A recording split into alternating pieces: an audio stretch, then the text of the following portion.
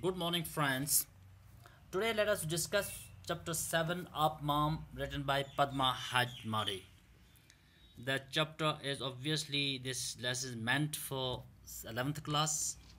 Let us try to understand first the introduction and then we will try to understand the summary of the lesson. Okay, boys and girls, Appa-Mam is a short story and has a number of characters interconnected with each other. Appa-Mam was the uncle of the writer to whom she was much attached and shared a good bond with. The writer met him at her grandparents' house and was intrigued by his unusual character, what is called romantic character. The story is basically a short story. It revolves around just one incident, just one man character, that is Appa-Mam. And there are, other than Appa-Mam, number of other characters that are interconnected or linked with each other. And the thing which is essential to remember is that the writer met Appa-Mam at her grandparents' house and was intrigued. Intrigued means conspired by his unusual character. What is unusual character, which is normally called romantic character? We will try to understand it fully in the story. Okay, boys and girls, let us have summary on your screen that is displayed. Let us try to understand. Now see, the word mom has been taken from Tamil, which means uncle.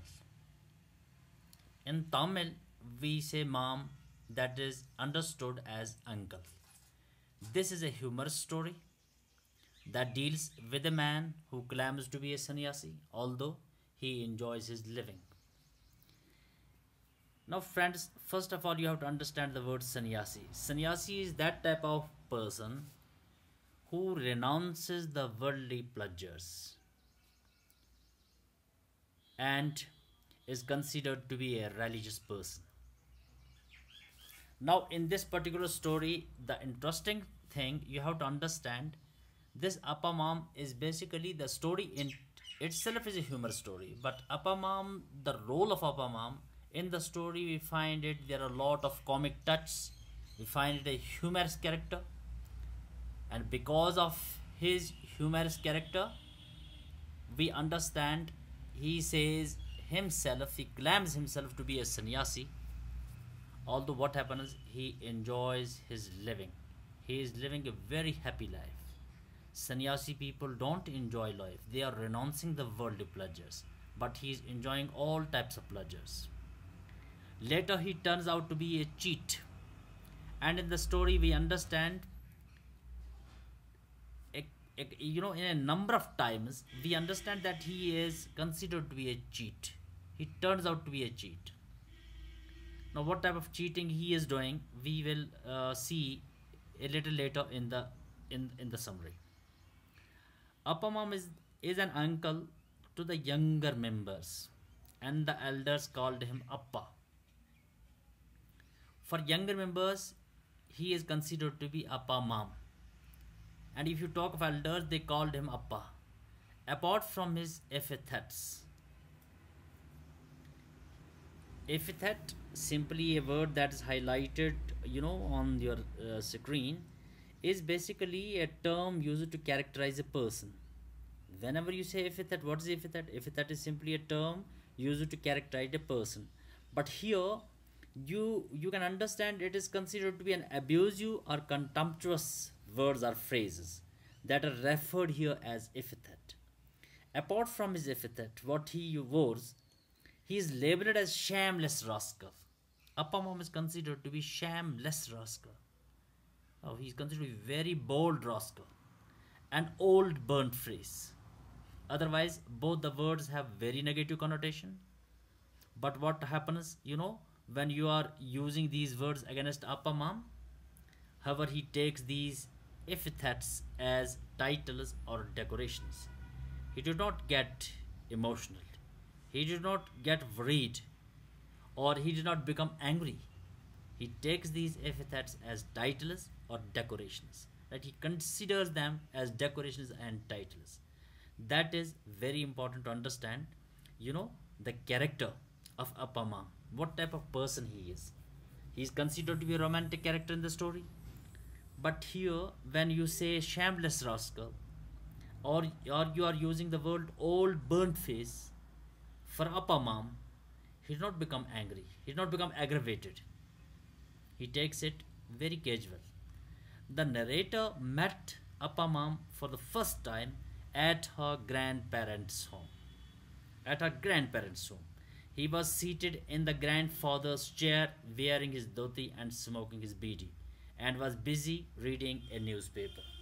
Now when the narrator met Appa-Mam, what he find? He find Appa-Mam in the he's sitting, on a grandfather's chair, wearing his dhoti, and wearing grandfather's dhoti, and smoking his bidi, and was busy reading a newspaper. He's wearing his dhoti, his personal dhoti, right? And smoking his bidi, and was busy reading a newspaper. And normally he is considered to be a sannyasi, but here you can understand a person who is enjoying each and every type of pleasure. From one side he is smoking bidi, and from another side he is having a comfortable chair, staying there, reading newspapers. How can you say that a person, he considers himself as sannyasi, but it didn't, look like that. His head was clean shaved and forehead coated with ashes.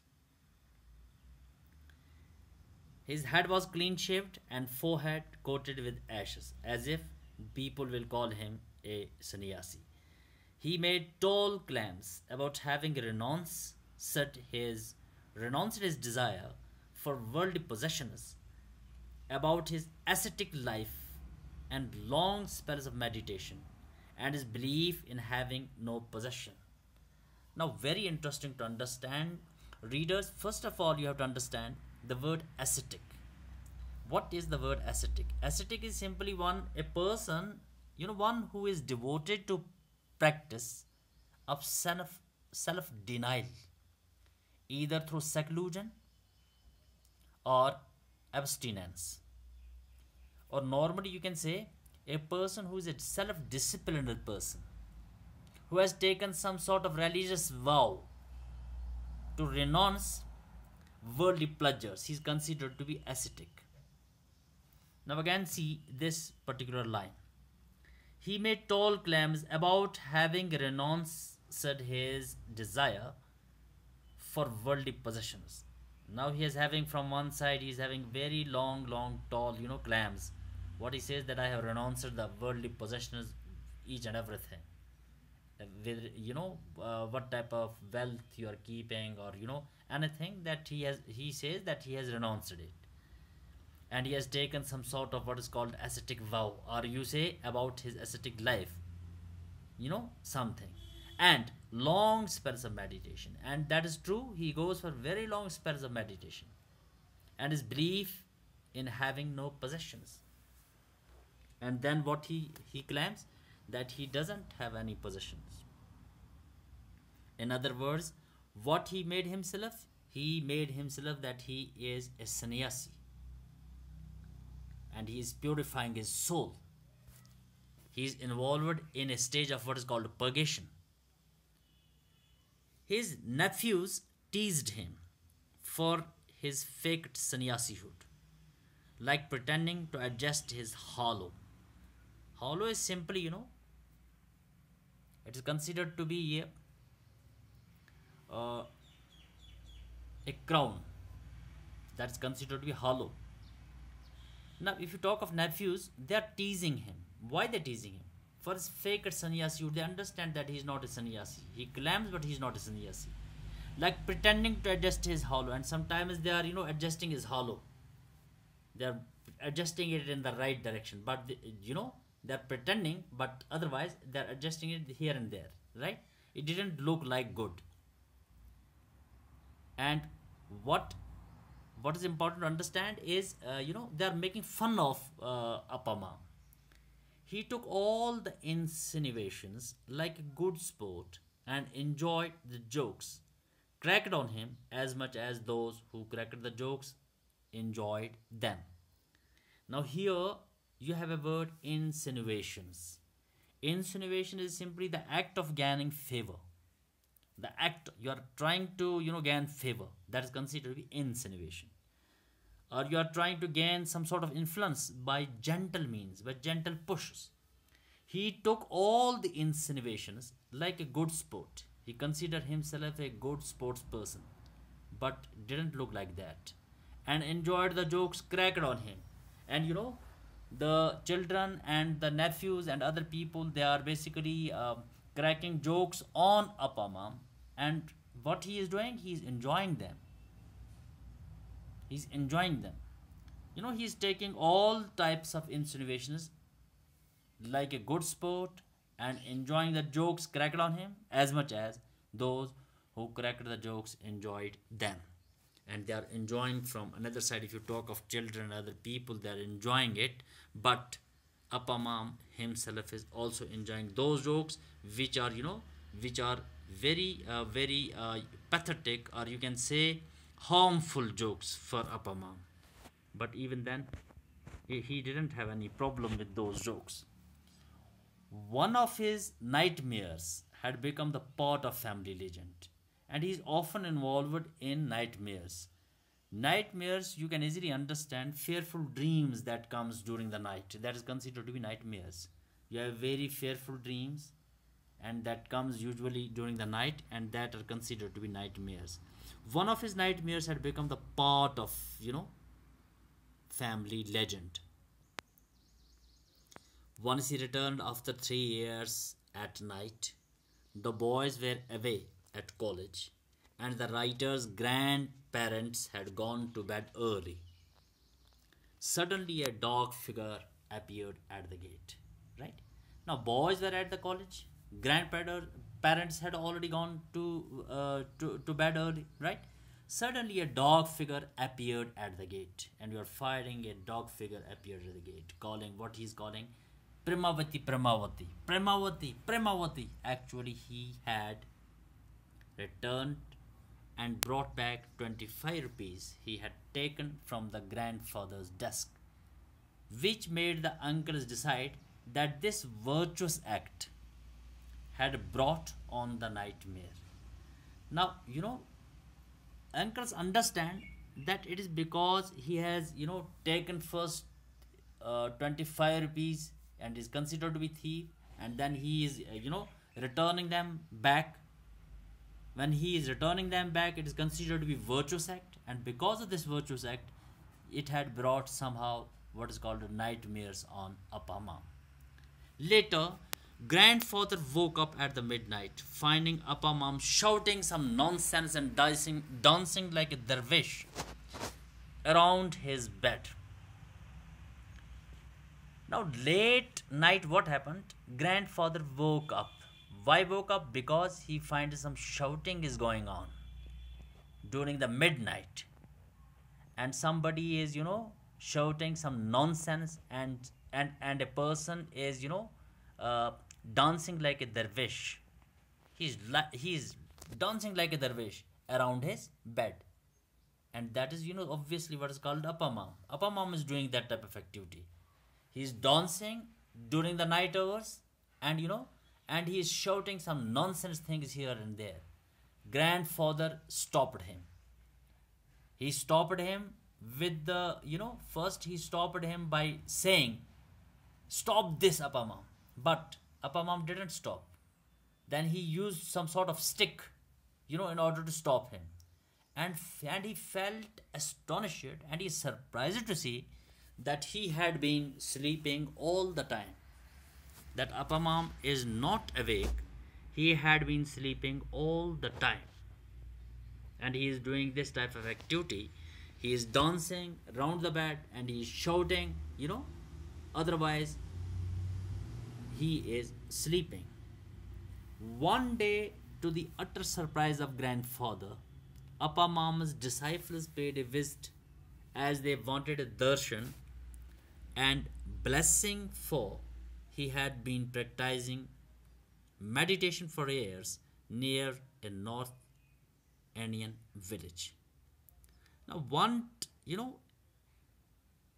on one occasion, what happens? Not only grandfather, but the entire family, they are astonished to see that there are number of disciples who had paid visit to Appa-Mam in order to have, his blessings, and wanted to have a darshan. Darshan, you can understand, when you are finding a person physically there, and it is considered to be something holy.